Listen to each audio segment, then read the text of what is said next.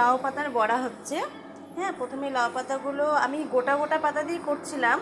তো গোটা গোটা পাতা দিয়ে কটা করার পর আমি কুচিয়ে দিচ্ছি, কারণ বলতে ছোটো ছোটো করে খাবো, কুচিয়ে খাবো, সেই জন্য কুচিয়ে কুচিয়ে দিচ্ছি। দেখো এই যে এগুলো ছোটো ছোটো করে করছি। বড়টা খেতে ভালো লাগছিল, কিন্তু মানে পাতাগুলো অনেকটাই বড়। এটা হচ্ছে গোটা পাতা দিয়ে করবো।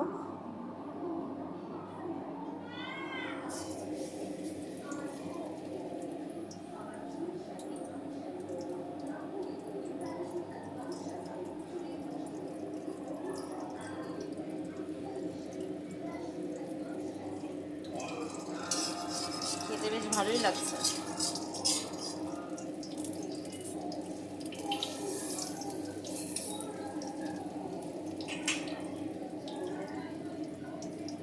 টেস্ট হয়েছে খেতে।